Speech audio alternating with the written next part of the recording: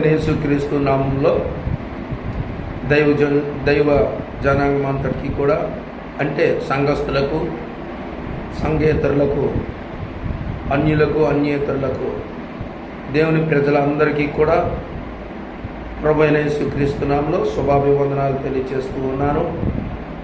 అయితే మీరు యూట్యూబ్ చూస్తున్నారు, చాలా సంతోషం. ఒక లైక్ చేయాలి, దయచేసి లైక్ చేయండి.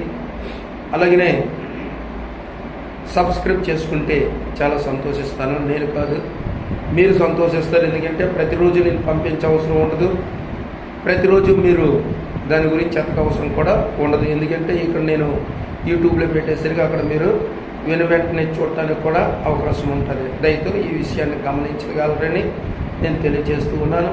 మరి దేవుని వాక్యంలో నుండి కొన్ని నిమిషాలు, కొన్ని మాటలు మనం ధ్యానం చేసుకుందాం. యోహాను సువార్త 11వ అధ్యాయంలో ఇక్కడ మనకి ఒక వ్యక్తి గురించి ఒక మాట కనిపిస్తూ ఉంది. ఏంటో మాట అంటే, ప్రియ దేవుని సంగమా, చూడండి ఆ యొక్క 11వ అధ్యాయంలో 20వ వచనం నుండి మనం కొన్ని మాటలు చదువుకుందాం.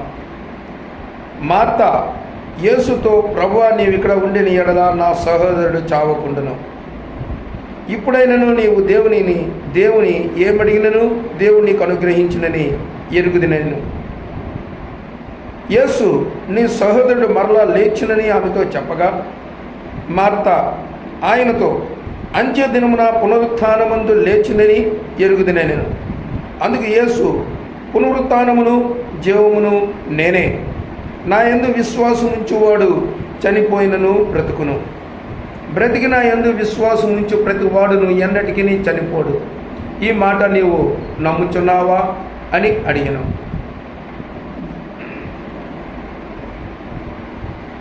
ప్రియమైనటువంటి దేవుని బిడ్డలారా, ఇక్కడ చెప్పబడినటువంటి ఒక విషయం మనం బాగా గ్రహించినట్లయితే ఒక విషయాన్ని మనకు తెలియజేయబడుతుంది. లాజరు అనబడినటువంటి మార్త మరియలకు సహోదరుడు ఉన్నాడు. తను మరణించాడు. మరణించిన తరువాత ఆయన్ని సమాధి చేశారు. సమాధి చేసి 4 దినాలు అయింది. లోక సంబంధముగా సమాధి చేయబడింది అనుకోండి. సమాధి దగ్గరికి మనం వెళ్ళి 4 దినాలు అక్కర్లేదు. తొలి రోజు పాతిన శవాన్ని మరుసటి రోజు ఆ సమాధి దగ్గరికి వెళ్ళి తవ్వి చూడండి, బ్యాడ్ స్మెల్ వస్తుంది. ఇది అందరికీ తెలిసినది సత్యమే, నగ్న సత్యం అంటారు దాన్ని. అయితే అలాంటి స్థితిలో యేసు ప్రభు వారు కూడా ఆయా సమాధి యొద్దకు వెళ్ళటానికి సిద్ధపడ్డారు. కనుక 4వ దినమందు ఆయన వచ్చారు. వచ్చినప్పుడు ఆ యొక్క మార్త మరియలు చూసి ఏమనుకుంటున్నారంటే, ప్రభువా, నీవు గత 3 రోజుల ముందే వచ్చి ఉన్నట్లయితే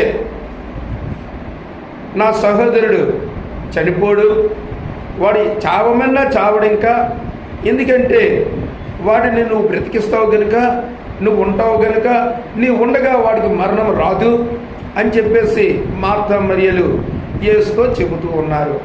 ప్రియ దేవుని బిడ్డ, ఆలోచన చేద్దాం.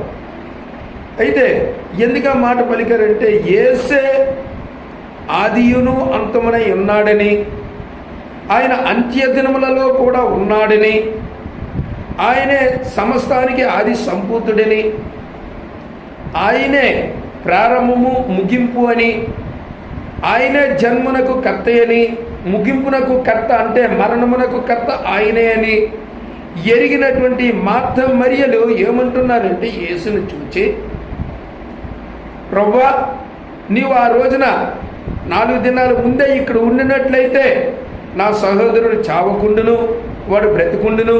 కానీ నువ్వు రాలేదు కనుక వాడు ఏమయ్యాడంటే చనిపోయాడు. ఇప్పుడు వాడిని అక్కడ తీసుకెళ్ళి సమాధి కూడా చేసేసాం అని చెబుతూ ఉండగా యేసు ప్రభు వారు అంటారు, మరియా మార్తలతో, మార్త అని పేరు పెట్టి పిలవలేదు కానీ ఆమెతో ఏమంటున్నాడంటే, అక్కడ చెప్తున్నాడు. చూడండి, నేనే మళ్ళీ చదువుతున్నాను. నీ సహోదరుడు మరో లేచునని ఆమెతో చెప్పగా, మార్త ఆయనతో ఏమంటుందంటే, అంటే యేసు చెప్తున్నాడు ఆమెతో, నీ సహోదరుడు చావలేదు, ఆయన బ్రతికే ఉన్నాడు, నేను ఇప్పుడు చెబితే ఆయన లెగిస్తాడు, నువ్వెందుకు వర్రీ అవుతున్నావు అని చెబుతూ ఉంటే ఆయన అంటుంది, అవును ప్రభా, అంత్యదినమున పునరుత్థానమందు లేచినని నేను బాగా తెలుసుకుని ఉన్నాను. అంటే ఆమె వంటలు చేయటంలోనే ప్రసిద్ధురాలు కాదు, వినటంలోనూ కూడా ప్రసిద్ధురాలే, విని విశ్వాసం ఉంచటంలో కూడా ప్రసిద్ధురాలే. అటువంటి ఆమె ఏమంటుందంటే, అంత్యదినములలో పునరుత్థానమందు లేచినని నేను బాగా ఎరుగుదనని చెప్తుంది. కానీ ఈయనే పునరుత్థానమైన విషయాన్ని మర్చిపోయింది ఆమె. అయితే ఆయన అంటున్నాడు, పునరుత్థానమును జీవమును నేనే, నా యందు విశ్వాసం నుంచి వాడు చనిపోయినను మరలా తిరిగి బ్రతుకును అని చెప్తున్నాడు. ప్రియా దేవుని సంగమా, ఈ విషయాన్ని మనం బాగా ఆలోచించాలి. ఎందుకంటే చనిపోయిన వాడు తిరిగి లేవడు అని ఆమె అనుకుంటుంది, కానీ యేసునకు మాత్రం తెలుసు. అయితే చూడండి, చాలా చక్కనైన రీతిగా ఇక్కడ ఏం జరిగిందంటే, ఆ సమాధి దగ్గరికి వెళ్ళారు. సమాధి దగ్గరికి వెళ్ళినప్పుడు సమాధి దగ్గర ఏమైందంటే చూడండి, 33వ వచనం నుంచి చదువుతున్నాను. ఆమె ఏడ్చుటయు ఆమెతో కూడా వచ్చిన యూదులు ఏడ్చుటయు యేసు చూచి కలవరపడి, అంటే కలవరపడటం అంటే ఈ రోజుల్లో మనం ఏం చేస్తామంటే తొందరపడుతూ ఉంటాం. ప్రతి విషయానికి కూడా అనేకమైనటువంటి ఇబ్బందులు పడుతూ ఉంటాం. దాన్నే తొందరపడటం అంటారు. సమాధి దగ్గరికి వెళ్ళి తొందరపడటం అంటే అదే కలవరపడటం అంటే. తొందరపడుతూ ఉంటాం. ఎందుకు? వాడు తొందరగా వచ్చేయాలి, తొందరగా వచ్చేయాలి, తొందరగా వచ్చేయాలి, ఇక్కడ స్మెల్ వస్తుంది, మనం ఉండలేము. ఇది తొందరపాటు, దాన్నే కలవరం అంటారు. కనుక ఇక్కడ ఏం చేశాడంటే చూడండి, చూచి ఆత్మలో ములుగుచు, చూడండి యేసు చూచి కలవరపడి ఆత్మలో మూలుగుచు అంటే ఆత్మలో బాధపడ్డాడు. బాధపడుతూ అతన్ని నేను ఎక్కడ ఉంచుతానని అడగగా వారు ప్రభువా వచ్చి చూడమని ఆయనతో చెప్పిరి. అయితే వచ్చి చూడమన్నారు. ఎక్కడ? సమాధిలో ఉన్నటువంటి లాజర్ని వచ్చి చూడమన్నారు. సమాధిని చూపించారు కానీ లాజర్ని చూపించలేదు. ఎందుకంటే ఆయన సమాధిలో ఉంచబడి ఉన్నాడు కనుక సమాధి దగ్గరకు వెళ్ళి చూడటానికి మాత్రమే. ఏది చూడాలి? సమాధిని. ఆ బండ అడ్డుగా పెట్టారు కానీ ఆ సమాధిని చూడటమే. ఇప్పుడు ఎక్కడైనట్టు గుమ్ము తవ్వి గుమ్ము మీద గుమ్ము లోపల పెట్టేసి మీద మట్టి వేసేస్తారు. దాన్ని చూడటమే. ఇంకా అంతమించి శవాన్ని చూసే బాధ్యత ఎవరికి ఉండదు, ఎందుకంటే కంపు వస్తుందని. అదేవిధంగా వీళ్ళు కూడా ఏమంటున్నారంటే, ఇదిగా సమాధి, ఈ సమాధిని నువ్వు చూడు ప్రభు అని సమాధిని చూపించారు. సమాధిని చూపిస్తే ఇక్కడ ఈయన ఏమంటున్నాడంటే, ఆ అడ్డుగా పెట్టినటువంటి బండను తొలగించమన్నాడు. తొలగించమంటే అంటున్నారు అక్కడ, అయ్యా చనిపోయి 4 దినాలు దాటిపోయింది, ఇప్పుడు ఆ బండను తీస్తే ముక్కులతో వాసన చూసుకొని మనం ఆగలేము కనుక మేము బండ తీయం అని అంటున్నారు. ఏం పర్వాలేదు, మీరు ఆ బండను తీయండి అని చెప్పాడు ఆయన. బండను తీయమన్నప్పుడు బండను తీశాడు. అక్కడ ఉన్నటువంటి వారు ఆ బండను తీసినప్పుడు యేసు ప్రభు వారు అక్కడ ఒకే ఒక పని చేశారు. అది ఏంటో తెలుసా? లాజరు బయటికి రా, అంతే. అంతమించి వేరే మాట ఆయన వాడలేదు. లాజరు బయటికి రా అని పిలిచినప్పుడు లాజరు ఏం చేశాడంటే, శవానికి ఏమైతే వస్త్రాలు చుడతారో ఆ వస్త్రాలతోటే సమాధిలో పడున్నాడు. ఆ పడున్నటువంటి వ్యక్తిని లాజరు బయటికి రంటే అవే వస్త్రాలతో నడుచుకుంటూ బయటికి వచ్చాడు. ఇది దేవుని అద్భుతమైనటువంటి కార్యము లేక క్రియ. ఈ క్రియను చూసినటువంటి యొక్క జనులందరూ కూడా అక్కడ ఆశ్చర్యపోయారు. ముందు క్రీస్తు కలవరపడ్డాడు, కానీ ఇప్పుడు అక్కడ ఉన్నటువంటి జనులందరూ కూడా, అంటే ప్రజలందరూ కూడా కలవరపడడం ప్రారంభించారు. ఎందుకు? యేసు అక్కడ లాజర్ని బయటికి రమ్మన్నప్పుడు మారు మాట్లాడకుండా లాజరు బయటకు వచ్చేసాడు. ఇది దేవుని యొక్క గొప్పతనం. మనుషులైతే ఎవరైనా ఇప్పుడు ఆరోగ్యం బాగోలేదు, చనిపోయినటువంటి శవం ఇంట్లో పెట్టుకొని ఉన్నాం, డాక్టర్ గారు వచ్చారు, చూశారు, చనిపోయాడు, తీసుకెళ్ళి 5 గంటలు అని చెప్పేస్తారు, తప్పితే వాటిని బ్రతికించలేదు. కానీ వైద్యులకే పరమ వైద్యుడు యేసు కాబట్టి ఆయన ఏం చేశాడంటే లాజర్ని బ్రతికించాడు.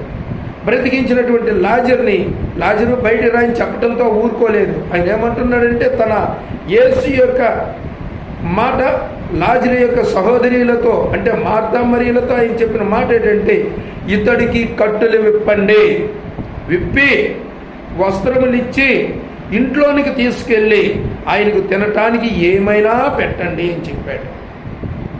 ఎందుకు చెప్పాడు అంటే, ఆయన చనిపోయి అంటే 4 దినాలు సమాధిలో నిద్రించాడు కనుక ఆ నిద్రించినటువంటి వ్యక్తి ఏమీ తినలేదు కనుక ఇప్పుడు ఆహారం పెట్టమని యేసు తెలియచేయటం జరిగింది. ఈ విషయాన్ని మనం గ్రహించాలి. ఈ రోజున మనం కూడా ఏం చేస్తూ ఉంటామంటే యేసునందు విశ్వాసం ఉంచుతాం, కానీ మార్తల మరియాల వలె చిన్న తప్పటడు చేస్తూ ఉంటాం. ఏదో చేస్తాడనేసి మనం నమ్ముకున్నాం, కానీ ఏదో బ్రతికిస్తాడని నమ్ముకున్నాం, కానీ అయితే అవుద్దులే లేకపోతే లేదులే. ఇదే 2 నాలుకల ధోరణి. దీనినే 2 పడవల మీద కాలు పెట్టడం అంటారు. 2 పడవల మీద కాలు పెట్టిన వాడు పడవ తొణికిసలాడినప్పుడు ఆ యొక్క సముద్రంలోనో నదిలోనో పడి చేస్తాడు. ఒక్కదాని మీద కాలు పెట్టి ప్రయాణం ప్రారంభించిన వాడు జీవిస్తాడు. కనుక యేసునందు విశ్వాసము ఉంచిన వాడు పునరుత్థానములోనే కాదు, జీవితంలోనే అత్యధికమైనటువంటి కార్యాలను సాధిస్తాడని తెలియచేస్తూ నేను ఈ మాటలు ముగిస్తున్నాను. దేవుడి మాటలు దీవించి ఆశీర్వదించును గాక.